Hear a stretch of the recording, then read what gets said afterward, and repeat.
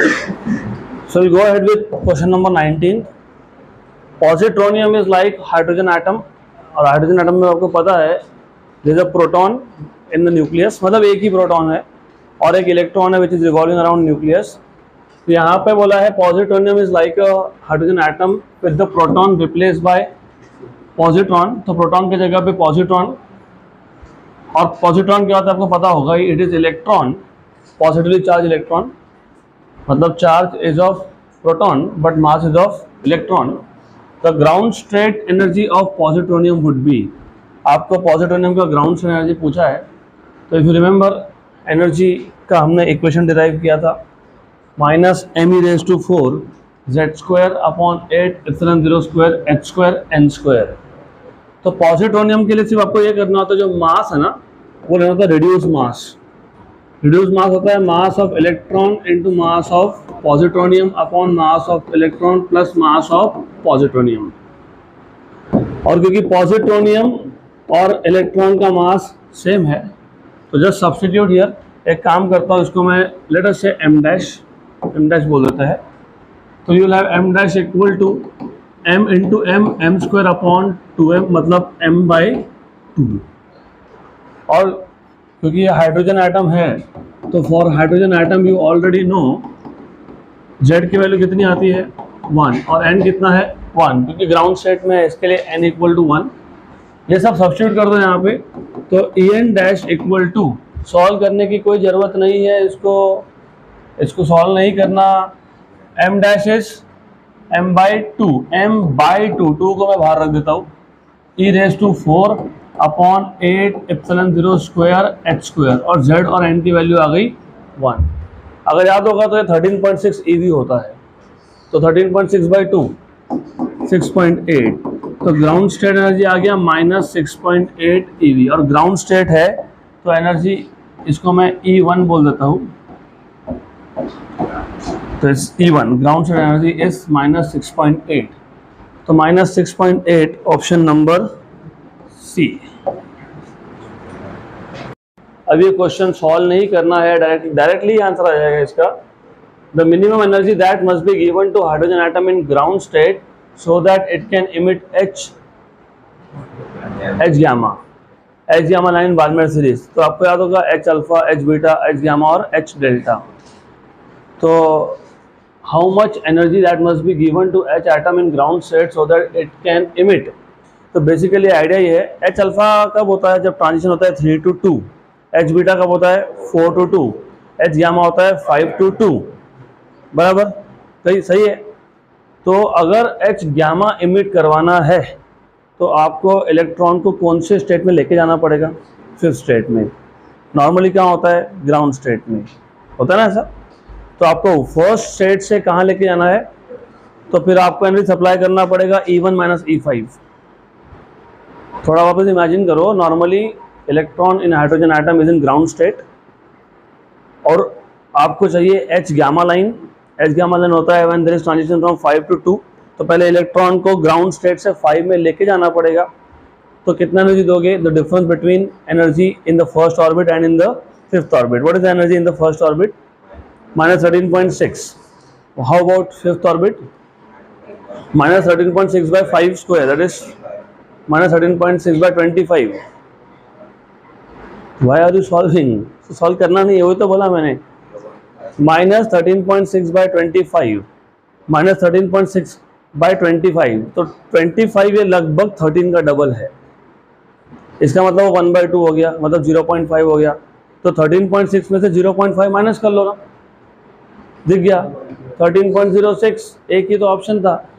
तो ऐसे क्वेश्चंस को सॉल्व नहीं करना होता, लेकिन जिनको अभी भी कनेक्ट नहीं हुआ कि मैं क्या बोल रहा हूँ तो मैं बता देता हूँ कि what I am trying to say. ये है ground level of hydrogen atom, ground state n equal to 1, then you have n equal to 2, you have n equal to 3, then you have n equal to 4 and then you have n equal to 5. अभी इससे ऊपर के orbits में दिखाऊंगा नहीं. Ideally speaking electron is in the ground state और आपको पूछा है कि एच गामा लाइन चाहिए आपको. एच गामा होता है ट्रांजिशन फ्रॉम 5 to 2, लेकिन 5 to 2 ट्रांजिशन होने के लिए पहले इस इलेक्ट्रॉन को ऊपर लेके जाना पड़ेगा ना, तो इसको ऊपर लेके जाने के लिए कम से कम आपको एनर्जी देना पड़ेगा difference between E5 and E1। तो आपको पहले इसको एनर्जी सप्लाई करना पड़ेगा, तो you are suppose to supply energy delta E which is basically E1 minus E5 या फिर E5 माइनस E1 का मॉड। E1 होता है -13.6, E5 होता है -13.6 बाई 25 5 स्क्वायर, तो ये आ गया -13.6 माइनस माइनस प्लस 0.54 के आसपास आता है वो, तो ये आ गया आपका -13.606 eV, ऑप्शन नंबर सी।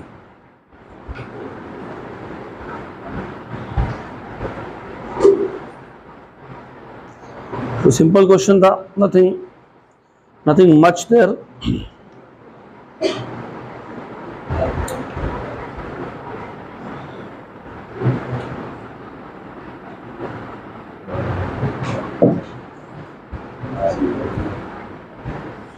चलो नेक्स्ट क्वेश्चन। थोड़ा सा स्पीड बढ़ाना पड़ेगा आपको, क्योंकि ये स्पीड आपको लगेगा एग्जाम में। यू हैव टू थिंक कहाँ पे तुम कैलकुलेशन बचा सकते हो।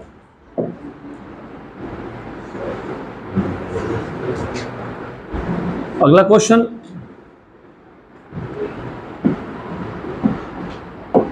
The angular speed of electron in the nth orbit of Bohr's hydrogen atom is, simple है, आपको पूछा है angular speed is proportional to n, inversely proportional to root n, inversely proportional to n square, inversely proportional to n cube. तो simple question है, if you remember v equal to होता है r omega, क्योंकि any particle और any object performing circular motion linear speed और angular speed का relation होता है v equal to r omega. तो you have omega equal to v by r, but as you remember v is inversely proportional to n and r is directly proportional to n square. Equation number 1 और 2 से आपको मिल जाएगा omega is proportional to v, but v is proportional to 1 by n। It is inversely proportional to r, but r is proportional to n square, तो क्या हो गया n cube. तो inversely proportional to n cube बस।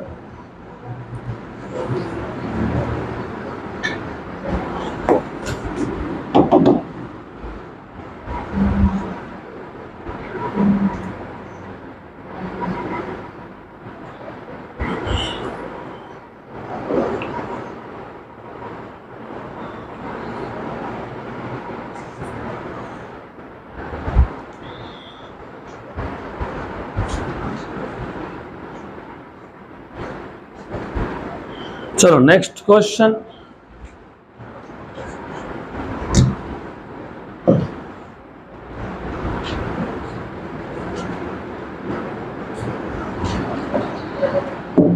energy E of hydrogen atom with principal quantum number n is given by En equal to -13.6 by n square eV.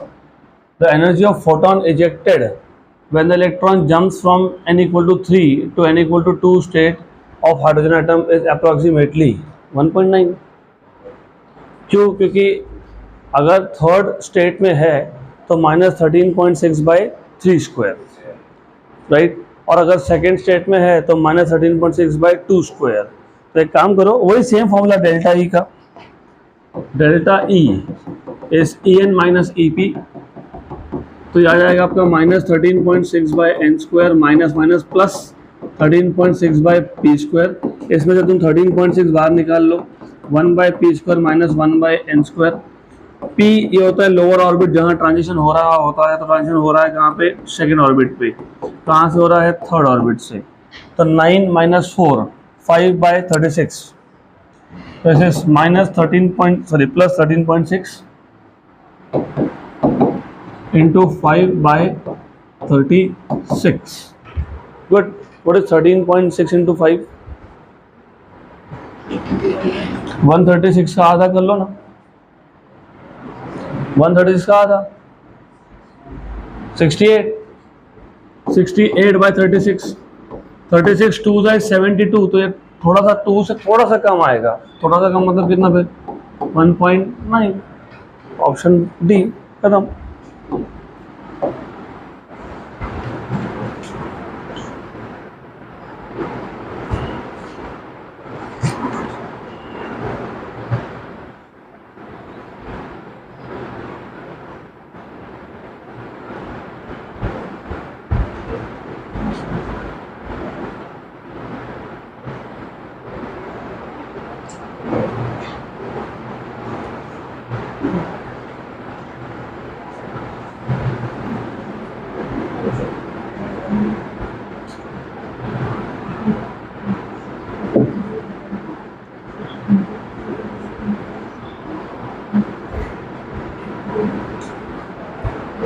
वैसे अभी at this stage you should remember this energy of each level.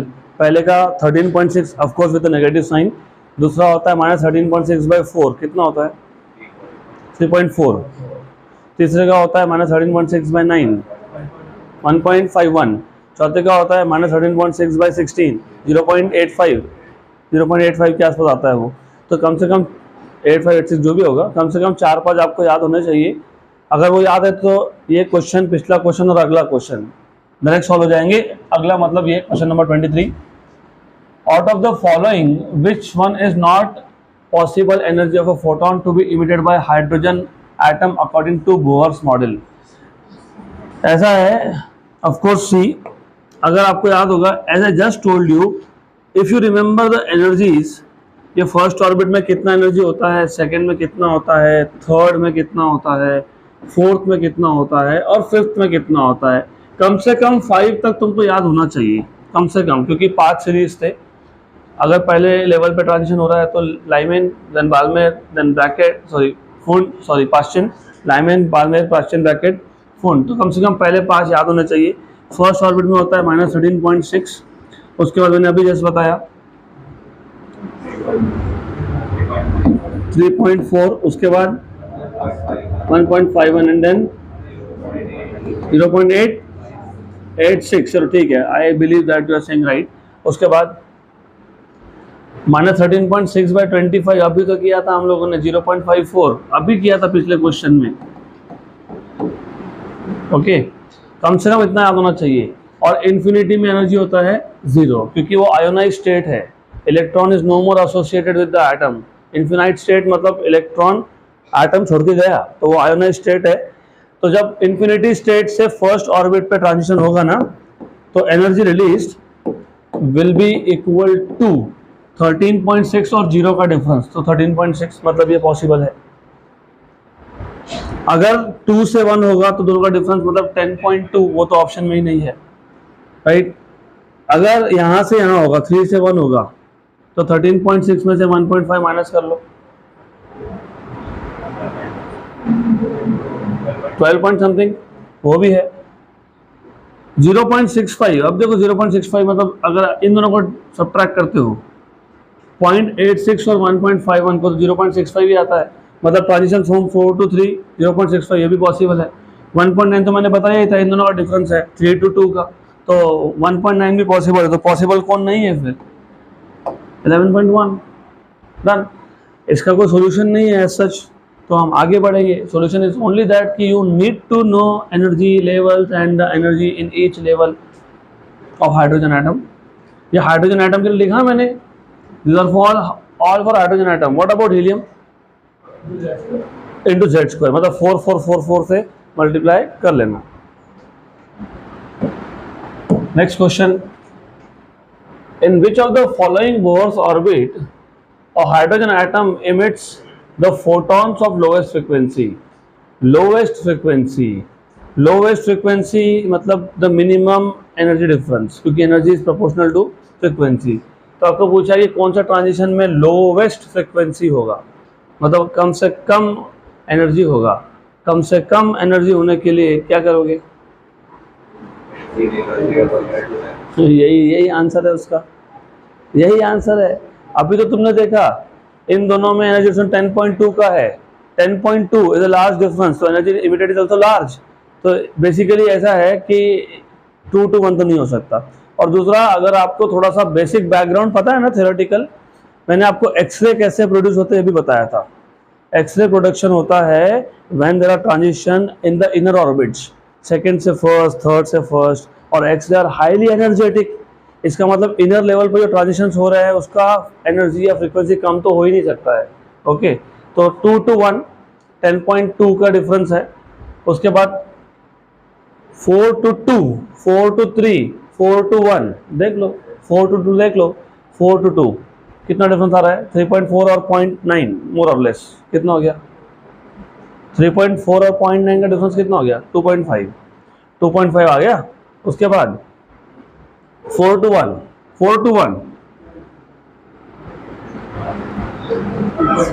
2.4 से 1 difference कितना है? 13.6 में से 0.9 minus कर लो ना। 13.6 में से 0.9 इज 12.7। क्या बचा? 4 to 3। 4 to 3 अभी तो देखा था 0.65, तो सबसे कम किधर आ रहा है? 4 to 3। खत्म। इसका भी कोई ऐसा सॉल्यूशन ऐसा सच नहीं है, ये सब बेसिक थ्योरी से ही आएगा। Done. Lowest energy, lowest frequency मतलब लोवेस्ट एनर्जी डिपेंड करता है कहाँ से कहाँ ट्रांजिशन हो रहा है। For that you need to know energy level diagram. अगला क्वेश्चन, ये थोड़ा सॉल्व करना पड़ेगा। The ratio of speed of electron in ground state of hydrogen atom to the speed of light in vacuum is? Ratio of speed of electron in ground state of hydrogen atom to that of speed of light is? क्या था formula? Speed का formula क्या था? Inversely proportional to n था, वो तो मुझे भी याद है। Z तो 1 है क्योंकि बेसिकली ये हाइड्रोजन एटम है, इसके लिए।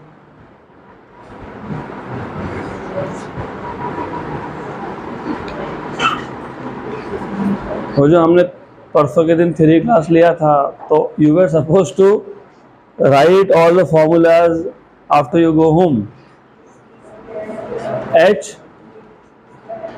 HC square E square upon 2h epsilon 0, E square upon 2h epsilon 0, और of course inversely proportional to n है। और ये हाइड्रोजन के लिए होता है। अगर हाइड्रोजन नहीं हो, हाइड्रोजन लाइक हो, तो क्या करते हो? Z। तो फिर ठीक है, फिलहाल तो हाइड्रोजन की बात हो रही है। इसका और स्पीड ऑफ लाइट का आपको पूछा है रेशो।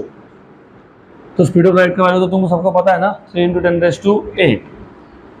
इसका देख लो पहले। 1.6 × 10⁻⁹ का स्क्वायर, तो दैट इज 2.56 × 10⁻38 अपॉन 2 × h।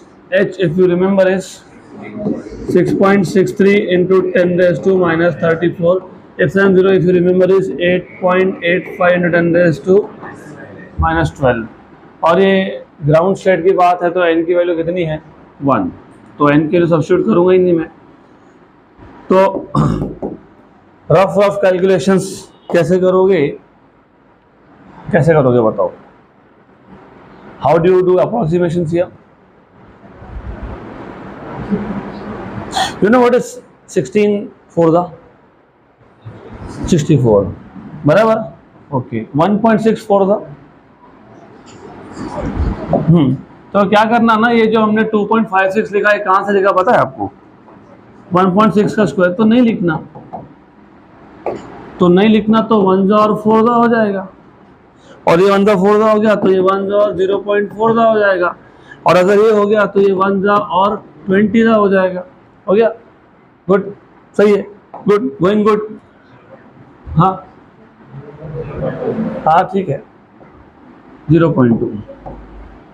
अगर इसमें भी गड़बड़ होती है ना, जो हो सकती है, तो एक काम करो, यहां तक ठीक है। कैलकुलेशंस कहाँ हम लोग गलती नहीं करें वो भी देखना पड़ेगा। चलो ठीक है, वो बता देता हूं मैं, कोई प्रॉब्लम नहीं है। लेट अस जस्ट रेक्टिफाई ये 1 और ये 4 सही है, यहाँ तक कोई दिक्कत है नहीं? चलो गुड, ठीक है, इसको वैसा रखो। देन ये 16 × 10⁻38 -38 नीचे -46। वेरी गुड, परफेक्ट हमारे लिए। 38 और 46 नीचे 8 बचा, तो ऊपर आके +8 हो गया। यहाँ तक ठीक हो गया। सिर्फ ये 1.6 ये पॉइंट था यहाँ पे, बराबर। अब इस पॉइंट को हटा के 10⁻⁻1 कर लेता हूँ। सही है, देख लो, वापस बाद में करेक्शन मत बताना। Is it okay? Good, looks good. तो अभी ऐसा है, ये हाउ मच इज दैट? 8 और वो 8.85 85। चलो ठीक, ये भी ठीक हो गया, 1 जा एंड 2 जा, गुड।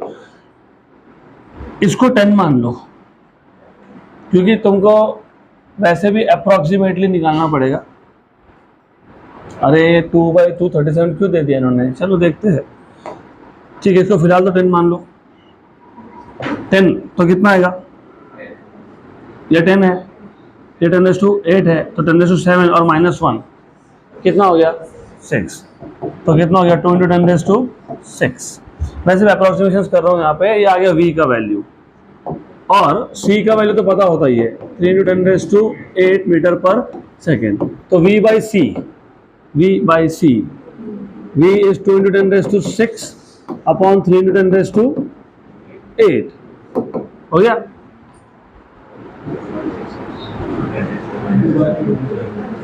टू बाई 300, ऊपर 6 था नीचे ए था, तो 1/150, 1/150 के नियरेस्ट आंसर खत्म। तो ऑप्शन सी देना ही चाहिए 25th का, है ऑप्शन सी बोला है, हो गया। आखिरी में टाइम बच गया तो मैं वो क्वेश्चन भी ले लूंगा, but after the end of the course if there is time. चलो, now it is time to start with nuclear physics. पहला question, the binding energy of deuteron. अब ड्यूटेरॉन क्या होता है पता होना चाहिए, it is isotope of hydrogen with 1 proton 1 neutron inside the nucleus. उसका बाइंडिंग एनर्जी दिया है 1.112 MeV पर न्यूक्लियन। हर एक न्यूक्लियन का कितना है 1.112, तो 2 का हो गया 2 × 1.112। एंड एन अल्फा पार्टिकल में 2 प्रोटॉन 2 न्यूट्रॉन होते हैं, has a binding energy of 7.042 MeV per nucleon. तो 4 न्यूक्लियंस का मिला के हो गया 4 × 7.047। Then in the fusion reaction दिया है आपको, उसमें आपको दिख रहा है ये जो H है ना, ड्यूटेरॉन्स है, ये रिएक्टेंट्स है, और प्रोडक्ट है हीलियम का nucleus alpha particle plus Q होता है एनर्जी रिलीज्ड। ओके, तो एनर्जी रिलीज Q इज, तो कितना एनर्जी रिलीज हुआ ऐसा पूछा है आपको। तो ये जो क्वेश्चन है ना, इसमें सबसे पहले समझ लो Q एनर्जी रिलीज ये कहाँ से आता है, ये आता है मास डिफरेंस से। किसका mass difference between the product and the reactants. तो always remember Q, that is energy released, comes from the mass difference of product and the reactants into c²। अगर if you want to find in joule, if you want to find in MeV, तो 931.5, तो कहीं कहीं पे 931 से ही multiply कर लेते हैं, तो 931 MeV। क्योंकि आंसर्स नियर अबाउट नहीं है तो मैं 931 ही लिखूंगा इसको, कन्वर्जन फैक्टर को। तो delta M is the difference in masses of reactants minus mass of product, okay, into 931।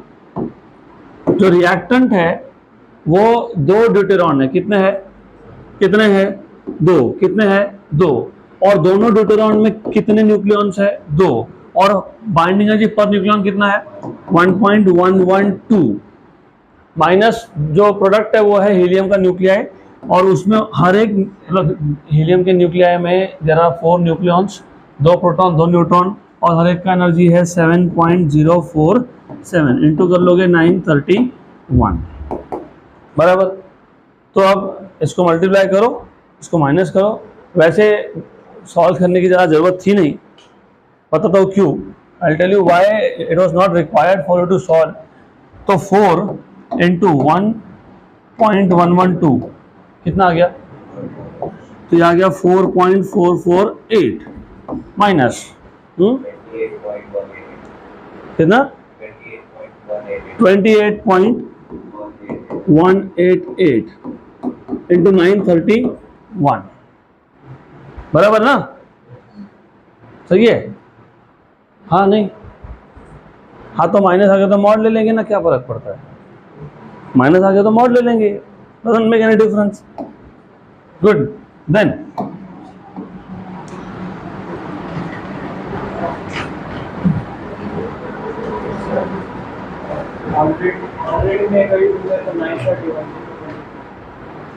तो वो सी स्क्वायर होता है ना। हाँ अच्छा, ओके, एमईवी में है ऑलरेडी, ओके ठीक है। तो you are trying to tell me कि ये जो वैल्यूज दिए हुए हैं पर न्यूक्लियन वाले वो एमईवी है। ओके, वो एमईवी में तो मत लिखो एमईवी, सिर्फ डेल्टा एम आ जाएगा फिर। तो कितना डिफरेंस आया? 23.8, ठीक है 23.8। बट अगर मास डिफेक्ट a.m.u में हो तो किससे मल्टीप्लाई करोगे? 931, option C.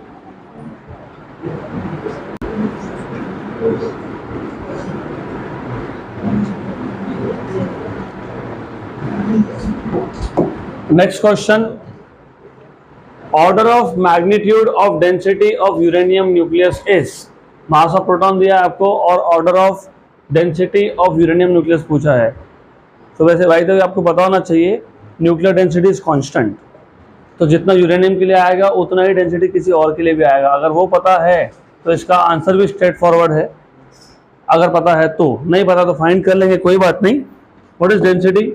Mass upon volume, correct. Mass of uranium nucleus, uranium में कितने न्यूक्लियॉन्स होते हैं? नहीं यार, मास नंबर पता है? नहीं, कोई बात नहीं, it is okay if you don't remember. Mass number को डिनोट करते हो ए से, किससे? ए से, A into M P, A into M P. A into M P क्यों किया मैंने? Actually I should have been, मैंने ऐसा करना चाहिए था, Z M P plus N M N, where Z is the number of protons, atomic number, N is number of neutrons and M P is mass of proton, M N is mass of neutron. ठीक, लेकिन mass of proton and mass of neutron होता है same, तो मैं mass of proton और neutron को same करके common निकाल लेता हूं, हो गया। But what is this? This is mass number only, वो मास नंबर है ना, number of protons plus neutrons, इसलिए मैंने डायरेक्टली लिख दिया था। तो ये आपको पता होना चाहिए था कि डायरेक्टली कहां से आ रहा है ये। ओके, तो what is a? Mass number, मतलब क्या? Total number of protons and neutrons. तो वो पता होगा तो सॉल्व होगा। ए एम पी, न्यूक्लियस को हम नॉर्मली स्पेरिकल इन शेप लेते हैं, तो 4/3 pi R cube, where R is radius. ठीक है, तो ये आ गया ए एम पी अपॉन 3 ऊपर गया 4 पाई, रेडियस ऑफ न्यूक्लियस अगर याद होगा तो R naught A raise to 1/3 होता है, फिर R naught if you remember is 1.2 into 10⁻⁻15, 1.2 femtometre होता है R naught. A raise to 1/3 raise to 3, मतलब ए और ए हो गया कैंसल। तो डेंसिटी आपको मिल जाएगा A M P upon of course 3 है, 4 पाई आर नॉट क्यूब है, आर नॉट का क्यूब है, A raise to 1/3 raise to 3 मतलब ए, तो ए और ए हो गया कैंसल। अब देखो M P constant, 3 constant, 4 constant, pi constant और आर नॉट की वैल्यू भी कॉन्स्टेंट, तो ये सारे ही कॉन्स्टेंट है, ये सारे ही कांस्टेंट है। All the parameters here are constant. तो you have 3 into mass of proton which is 1.67 into 10⁻⁻27 upon 4 into pi into R naught मतलब 1.2 इंटू 10⁻⁻15। इसका क्या करेंगे? क्यूब करेंगे। तो आई विल डू 12 का क्यूब, मतलब 12 into 12 into 12। I just want to do it like this, 1.2 into 10⁻⁻15 or 12 into 10⁻⁻16, -16 का cube कितना हो गया? -48। ठीक, यहाँ तक क्लियर? बराबर, सही है, सही है, सब कुछ सही है, नो प्रॉब्लम हियर। ऐसा क्यों किया मैंने? Because of course they have asked you order of magnitude, तुमको एग्जैक्ट वैल्यू चाहिए ही नहीं, you are just suppose to see power of 10, तो 10 का कितना पावर है वो देखना पड़ेगा आपको। अभी कैसे करेंगे वो बताओ?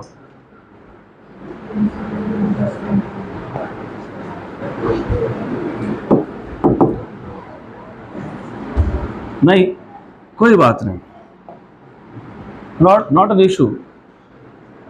4 पाई कितना होता है? 12.5, 12.5 8 जा कितना होता है? 100 होता है। कितना होता है? कितना होता है? 100। कितना आता है? अरे 4 पाई कितना आ गया?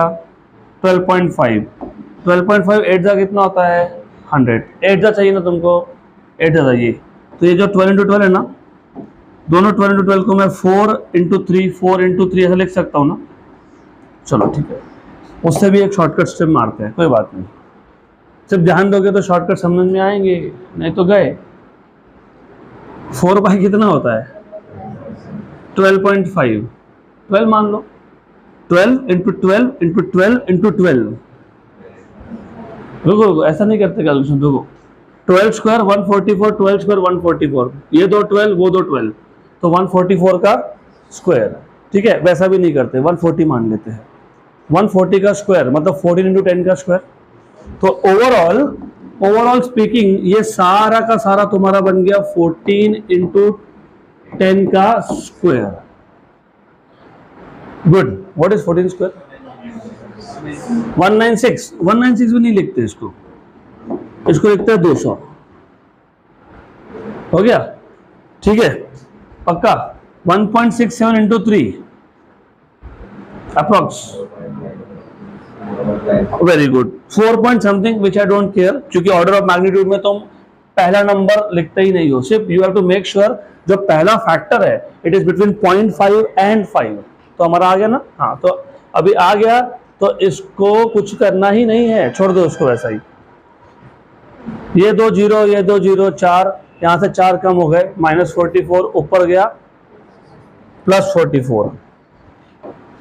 तो अप्रोक्सीमेटली 10⁻⁻27 into 10⁻44 कितना आता है? कितना आता है? 10⁻, तो हो गया 10⁻7 खत्म, ऑप्शन बी। वैसे अभी तो अगर आपको पता होता, क्या पता होता कि न्यूक्लियर डेंसिटी होता है कांस्टेंट। न्यूक्लियर डेंसिटी क्या होता है? कांस्टेंट होता है, मतलब तुम कोई भी एलिमेंट ले लो उसका डेंसिटी सेम ही आने वाला है। तो कोई भी, तो पहला ही ले लो फिर हाइड्रोजन। हाइड्रोजन का density is mass of proton upon volume of proton, क्योंकि उसमें तो होता ही सिर्फ एक प्रोटॉन है। तो न्यूक्लियस का साइज मतलब प्रोटॉन का साइज, मास ऑफ प्रोटॉन तो mp है, वॉल्यूम क्या लिखोगे 4/3 पाई r क्यूब ना। तो आ गया 3mp upon 4 pi r not cube a, और a की वैल्यू होती है 1। गुड। तो 3/4 पाई ये आ जाएगा आपका 1.67 into 10⁻⁻27, 1.2 into 10⁻⁻15 का क्यूब, राइट। तो 1.2 का रफली क्यूब पता होना चाहिए। 1.2 का स्क्वायर होता है 1.44, उसको 1.2 से मल्टीप्लाई करो। 1.4 into 1.2 is 14 into 12।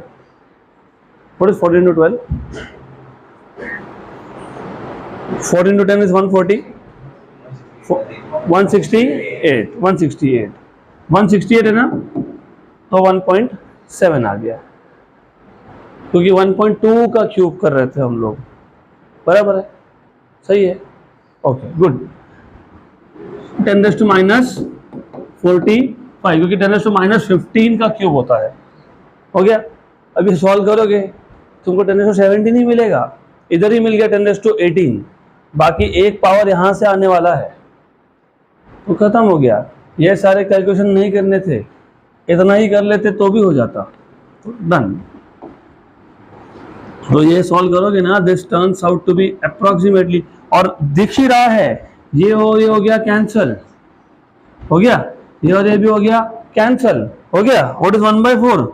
0.25, 0.25 into 10⁻18 आया, तो 2.5 into 10⁻17 आएगा, खत्म हो गया आंसर। इतना क्यों तुमने करना है? नहीं करना है। चलो अगला क्वेश्चन। द न्यूक्लियर रिएक्शन, वही न्यूक्लियर रिएक्शन जो हमने अभी देखा था। 2 deuterons fuse to form 1 helium nuclei. Mass of deuteron is equal to 2.0141 a.m.u and mass of helium is 4.002। अब देखो ऐसा है, जो पहला क्वेश्चन हमने सॉल्व किया उसमें मैं डेल्टा mc² कर ही इसलिए रहा था क्योंकि मेरे दिमाग में था कि शायद मास आपको दिया इन a.m.u, ठीक।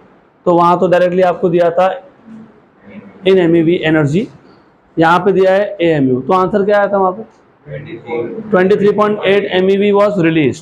तो यहाँ पे भी तो वही आएगा, फिर ऑप्शन है fusion reaction releasing 24 MeV of energy. खत्म। सेम क्वेश्चन है, क्वेश्चन नंबर 3 और क्वेश्चन नंबर 1 दोनों क्वेश्चन सेम है, सिर्फ पूछने का तरीका अलग है, रिएक्शन भी सेम है, तो एनर्जी रिलीज होगा, same amount of energy release होगा।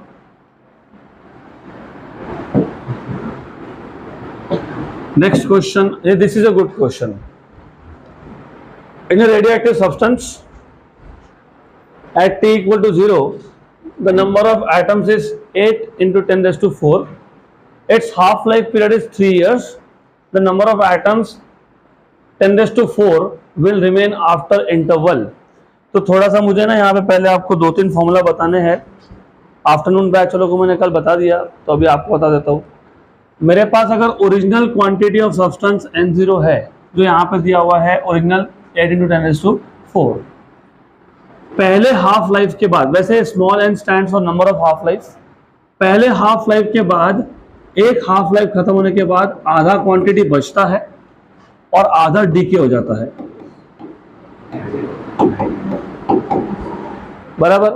अब सिर्फ यहाँ पे ना पावर 1 इमेजिन करके चलो, दो हाफ लाइफ के बाद आधे का आधा बचता है, मतलब N0/4 मतलब 2 raised to 2, आधे का आधा बचा तो कितना गया 3/4 गया, ऐसा है ना, 1/4 बचा तो 3/4 गया ना।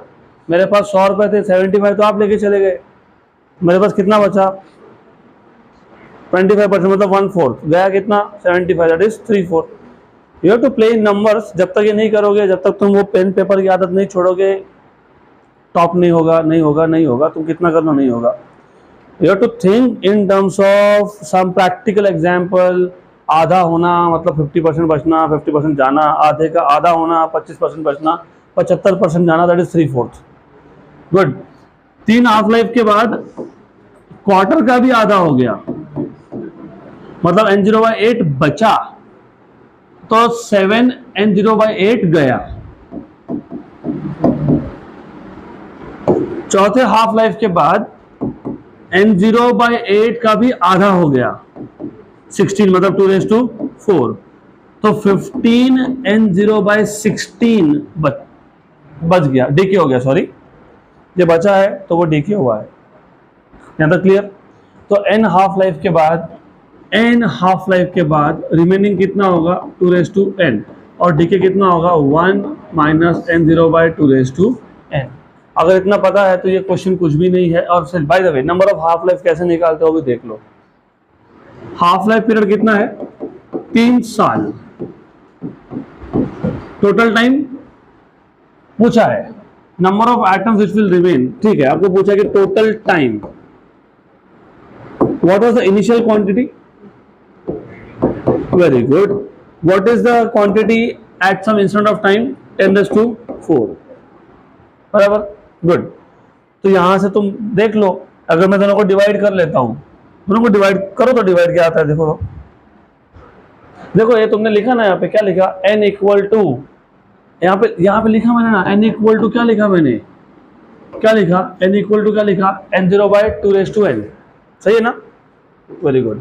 तो यहाँ पे तुम्हारे पास n है, तुम्हारे पास N0 भी है, तो क्या करोगे n/N0 कर लोगे, तो करो n/N0 करो, n/N0, what is n 10 raised to 4, what is N0 8 into 10 raised to 4, तो कितना आ गया 1/8, मतलब क्या आ गया 1/2 raised to, कितने हाफ लाइफ हो गए 3 हो गए ना, एक हाफ लाइफ का टाइम कितना है 3 साल, तो 3 का कितना है 9 साल हो गया, ऑप्शन नंबर ए। तो यहां से तुमको नंबर ऑफ हाफ लाइफ मिल गए, नंबर ऑफ हाफ लाइफ। अभी क्वेश्चन खत्म नहीं हुआ है, यहाँ ध्यान दो, क्वेश्चन अभी खत्म हुआ नहीं है, तो यहाँ ध्यान दो, नंबर ऑफ हाफ लाइफ कितने हैं 3। अब टोटल टाइम कैसे निकालते हैं, टोटल टाइम होता है number of half life into half life time. Total time कैसे निकालते हो, number of half life into half life time. Number of half life कितने हैं, हाफ लाइफ टाइम कितना है 3, तो कितना हो गया, तो हो गया खत्म 9 इयर्स। और ये जो टेबल तुमको मैंने बताया कल, मैंने बाकी को बताया था, ये 10th स्टैंडर्ड के फाउंडेशन के बुक में है ये।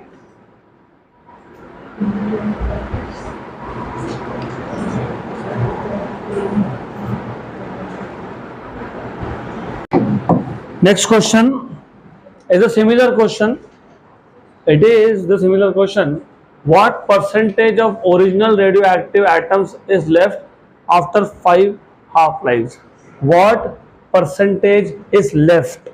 मैंने तो अभी बताया था ना, n equal to n0 by 2 raised to 5. What percentage is left after 5 half-lives? तो सिर्फ परसेंट निकालना है तुमको। ओके, तो परसेंट निकालने के लिए इंटू 100 कर लो, तो n0, और आपको पता होगा दिस इज 32 और दिस इज 100 by 33, 3.333, तो 100 by 32, 3.125, डन हो गया।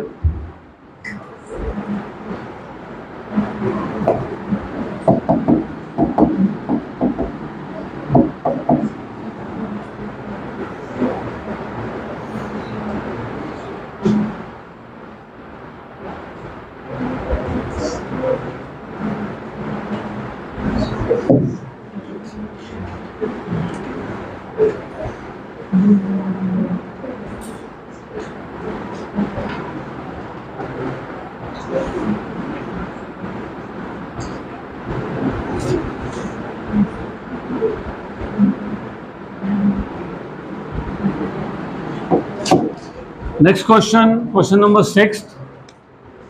The half-life of, what is this Bi? Bismuth. Bismuth 210 is 5 days. Half-life 5 दिन है. What time is taken by 7/8 part of the sample to decay? 7/8 decay हो गया. 7/8 decay हो गया. तो remaining 1/8 है. 1/8 मतलब 3 half-life. 3 half-life ना? हाफ लाइफ टाइम कितना दिया हुआ है? 5 दिन, तो 3 हाफ लाइफ मतलब, तो ऐसे ऐसे क्वेश्चन सॉल्व होते हैं। अभी सॉल्यूशन में क्या लिखूं मुझे नहीं पता, सिर्फ तुम बोल सकते हो 7/8 गया, चलो लिख देता हूं मैं आपके लिए, लेकिन ऐसा होना नहीं चाहिए। 7/8 गया तो बचा कितना, कितना बचा? अरे 7/8 गया तो बचा कितना? 1/8। 1/8 मतलब मैं इसको ऐसा लिखूंगा और स्टैंडर्ड फॉर्म से कंपेयर कर लूंगा, तो नंबर ऑफ हाफ लाइफ कितने हो गए? 3, और टोटल टाइम तो मैंने बताया था n इंटू टी हाफ, तो 3 इंटू 5, तो आंसर आ गया 15 दिन।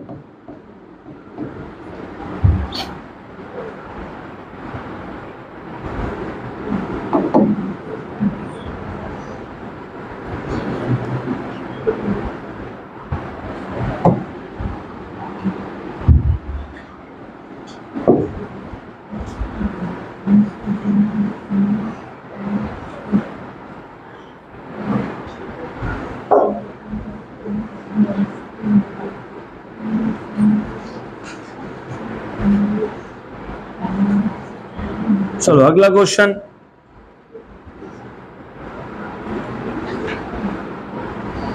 और radioactive element emits 200 particles per second. After 3 hours 25 particles per second are emitted. The half life period of element will be. अच्छा क्वेश्चन है। शुरू में it was emitting 200 particles per second, 3 hours के बाद it is emitting only 25 particles per second, क्योंकि अगर आपको याद होगा हमने कल देखा था radioactive decay law, number of elements undergoing decay is directly proportional to number of elements present at the time. तो शुरू में ज्यादा एलिमेंट्स प्रेजेंट थे किसके? पेरेंट के, डीके हो गए तो डॉटर बन गए, मतलब पेरेंट का नंबर कम हुआ, पेरेंट का नंबर कम होगा तो एक्टिविटी भी कम होगा, इसको एक्टिविटी बोलते हैं by the way. DN by dt is called as activity, dN by dt is called as activity, dN by dt is called as activity, या तो ए या तो आर से डिनोट करोगे इसको। तो आपको 2 इंस्टेंट पे एक्टिविटी दी है। वेल बाय द वे अगर मैं प्रोपोर्शनल हटा देता हूँ तो what you will have is minus lambda N, where lambda is called as disintegration constant या डीके कांस्टेंट। आपको पूछा है half life time, half life time का फॉर्मूला याद होगा? अगर होगा तो t half is 0.693 upon lambda. तो अगर आपको लैम्डा की वैल्यू मिल गई तो आपका काम हो गया इन शॉर्ट, राइट। तो आपके पास दो एक्टिविटीज का वैल्यू दिया है, एक इनिशियल एक्टिविटी और एक 3 घंटे के बाद, बराबर। तो what will you do? Direct होगा, तो डायरेक्ट भी कैसे होगा?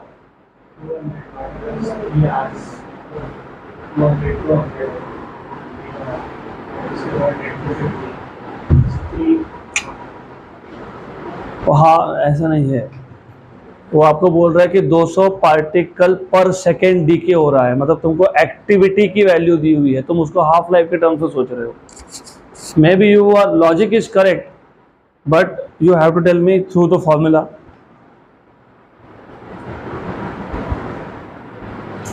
Logic is correct, but you have to tell me through this formula.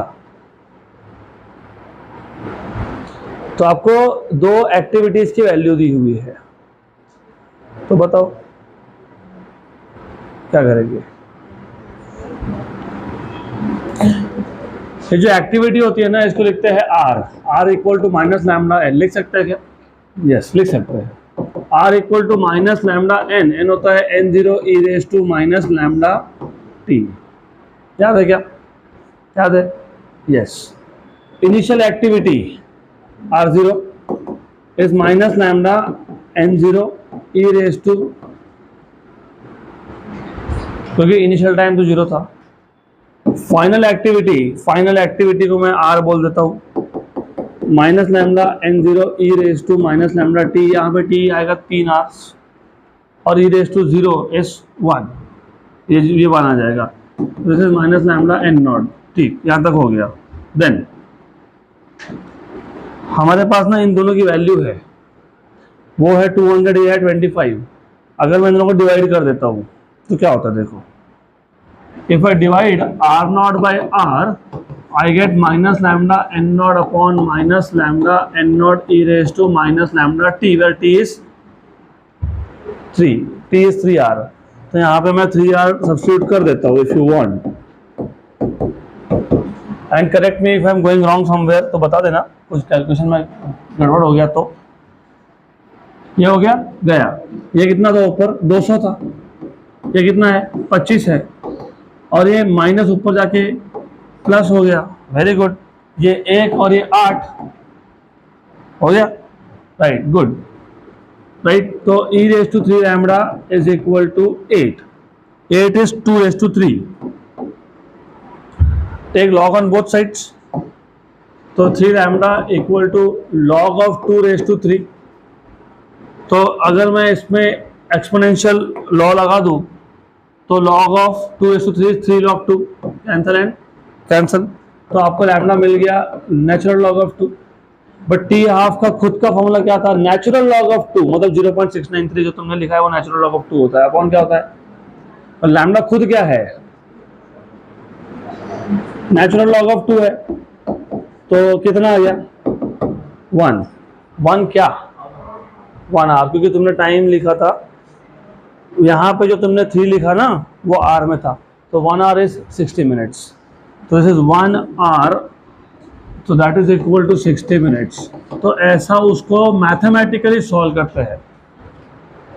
Logically तुम्हारा सॉल्व हो जाए कोई बात नहीं, लेकिन I want you to know how to solve this. Done. तो ऑप्शन बी। हाँ, ये भी लिखना पड़ेगा ना, लिख लो।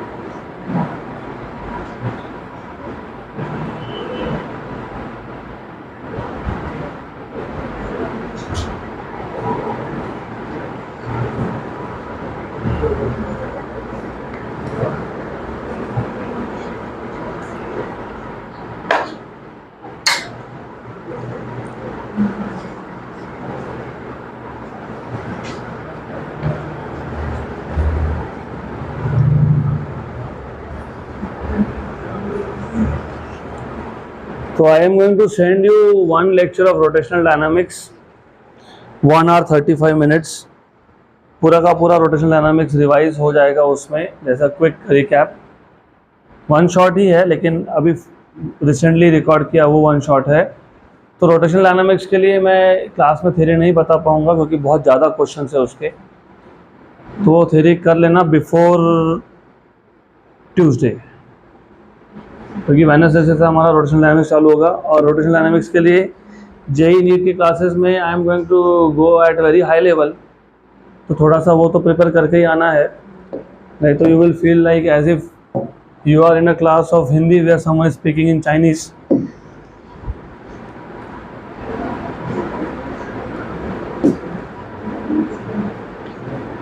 हो गया?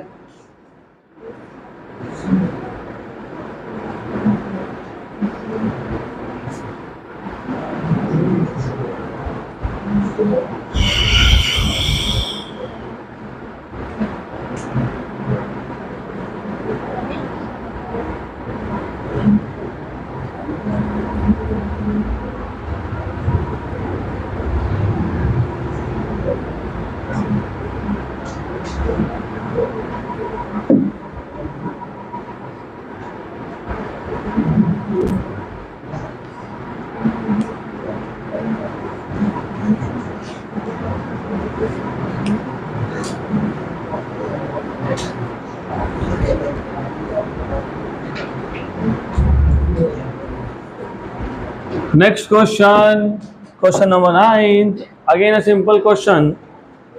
N atoms of a radioactive element emit small n alpha particles per second. तो radioactive element के n atoms थे, they are emitting small n alpha particles per second. The half life of the element is good.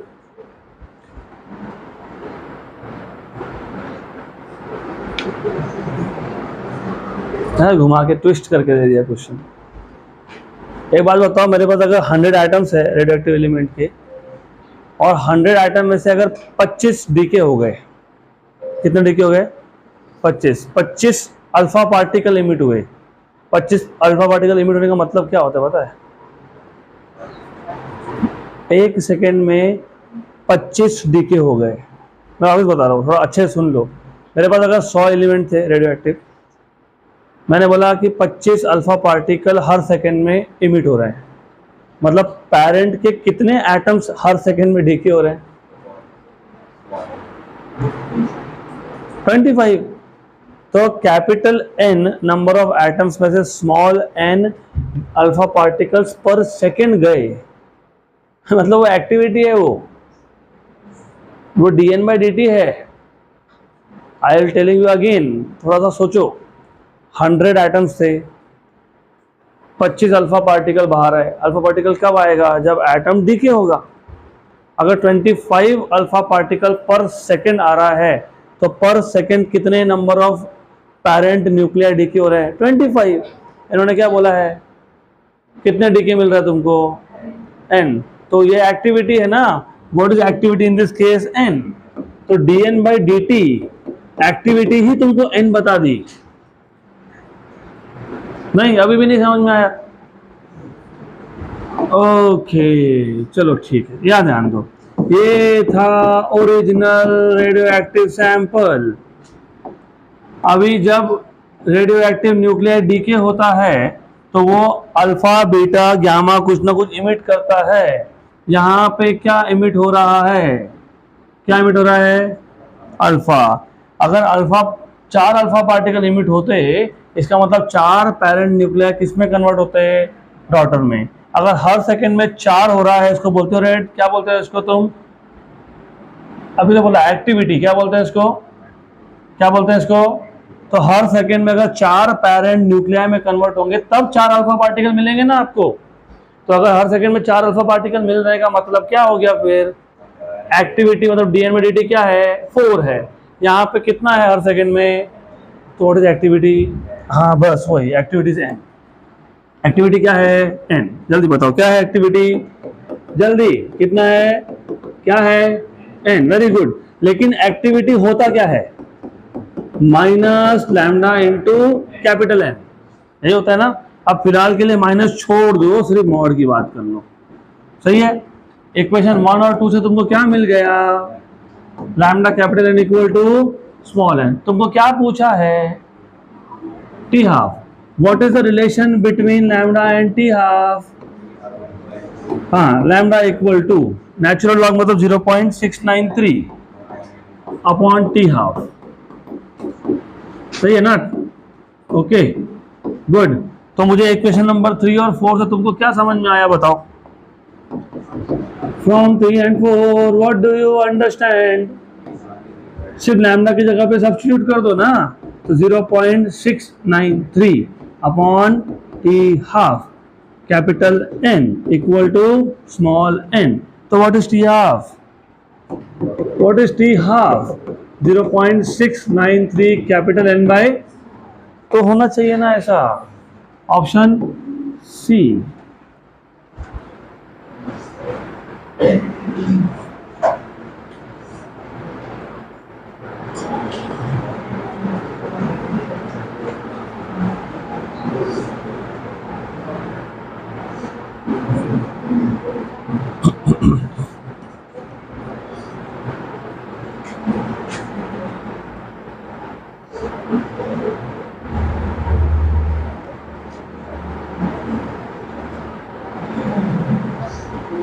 कोई question रह गया ना एक?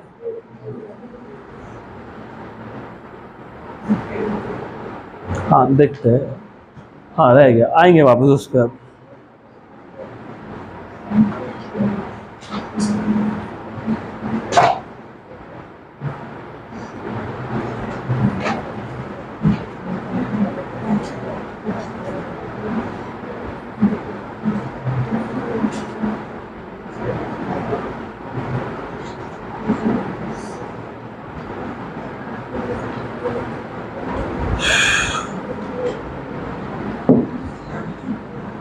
चलो पिछला क्वेश्चन, प्रीवियस क्वेश्चन,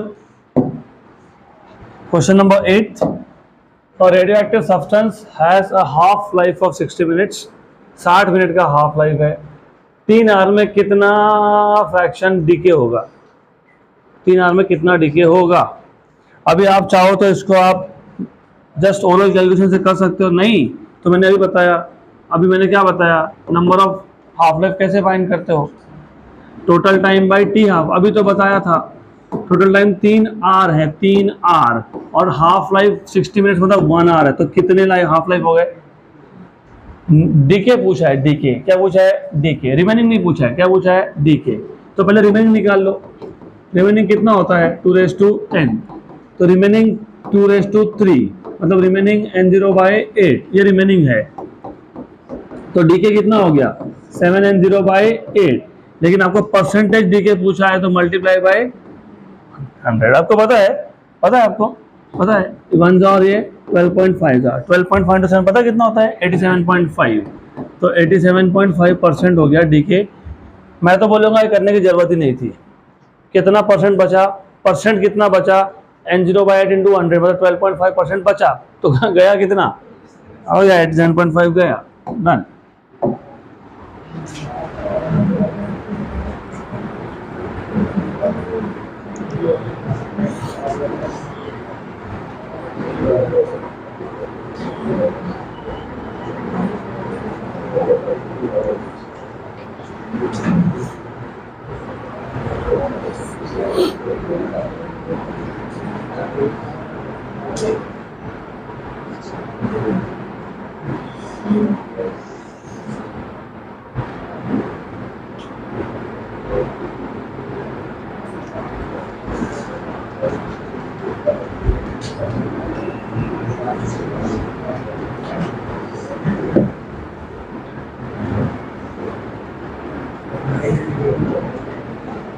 बातें करना बंद कर दो। वैसे हमको 10-15 मिनट में रुकना है, मैक्सिमम ऑफ 15 मिनट्स। अगर आप बातें करोगे तो you will have to stop in next 15 seconds, you not me. अगला question, the half life period of a radioactive substance is 5 minutes, 5 minute का हाफ लाइफ है। Amount of substance decayed in 20 minutes is, अभी ये question ना 20 minute में 4 half life हो गए, कितने हो गए 4, तो कितना बचा n0/16, n0/16 बचा, तो 100/16, व्हाट इज 100/16, व्हाट इज 100/8, 12.5, उसका भी आधा कर लो, 12.5 का आधा 7 पॉइंट कब से हो गया 6.25, तो 6.25 बचा, तो गया कितना 93.75, खत्म। अगला question, the half life of radon is 3.8 days, 3/4 of the radon sample decay, 3/4 जाना मतलब 1/4, 1/4 बचना, 1/4 मतलब 2 हाफ लाइफ, 2 हाफ लाइफ मतलब 3.8 इंटू 2, खत्म, 7.6। अब ये सिंपल लेवल के क्वेश्चन मैंने इसलिए लिए क्योंकि आगे थोड़ा लेवल बढ़ेगा, which of course will not be in this lecture, we have to spend half an hour or maybe 45 minutes extra in the next lecture to solve this question, लेकिन ये बेसिक्स तब तक पता होना चाहिए। नेक्स्ट क्वेश्चन है, the radioactivity of an element, radioactivity of element मतलब activity मतलब dN/dt becomes 1/64 of its original value in 60 seconds, then the half life period is। अभी इस क्वेश्चन को मैं बताता हूँ डायरेक्टली सॉल्व कैसे करते हैं। dN/dt एक्टिविटी किस पे डिपेंड करता है, नंबर ऑफ एटम्स पे, सही है। dN/dt किस पे डिपेंड करता है, नंबर ऑफ एटम्स मतलब नंबर ऑफ न्यूक्लियाई, सही है। एक्टिविटी 1/64 होने का मतलब क्या होता है, नंबर 1/64 हो गया, 1/60 मतलब 2⁻7, 2⁻7 होता है ना, 6 होता है, 2⁻5 is 32, 2⁻6 is 64, बराबर ना, सही है।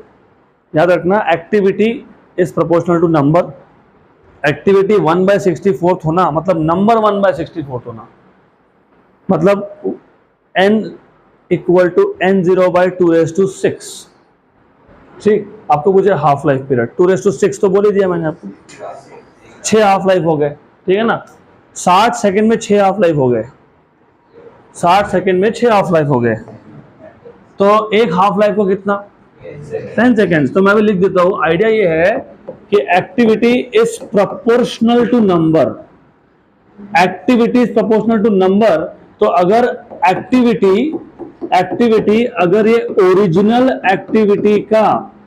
एक्टिविटी का 64th हो गया, 1/64 मतलब नंबर ओरिजिनल का 1/64 हो गया, मतलब ये हो गया आपका 2⁻6, मतलब नंबर ऑफ हाफ लाइफ कितने आ गए 6। और अभी तो बताया था total time is number into T half, तो what is T half, total time upon number of half life, 60 second is the total time और हाफ लाइफ इज 6, तो half life time is 10 seconds, 10 seconds, done, option B.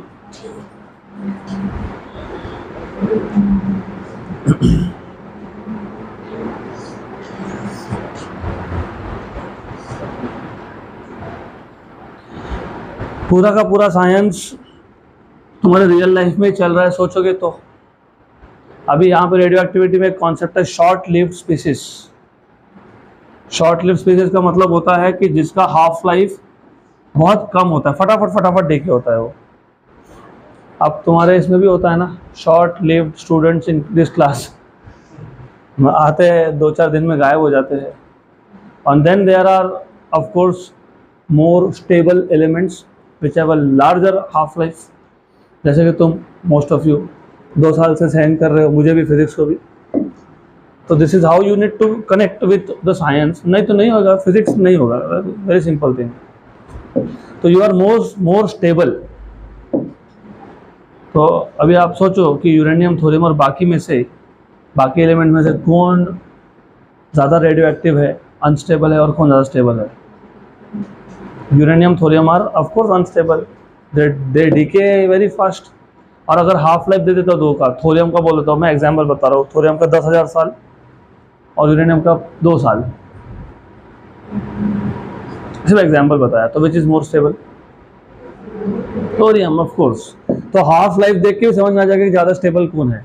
अब इसका half life कितना है, 10 second, मतलब highly radio active, तो it will emit more energy.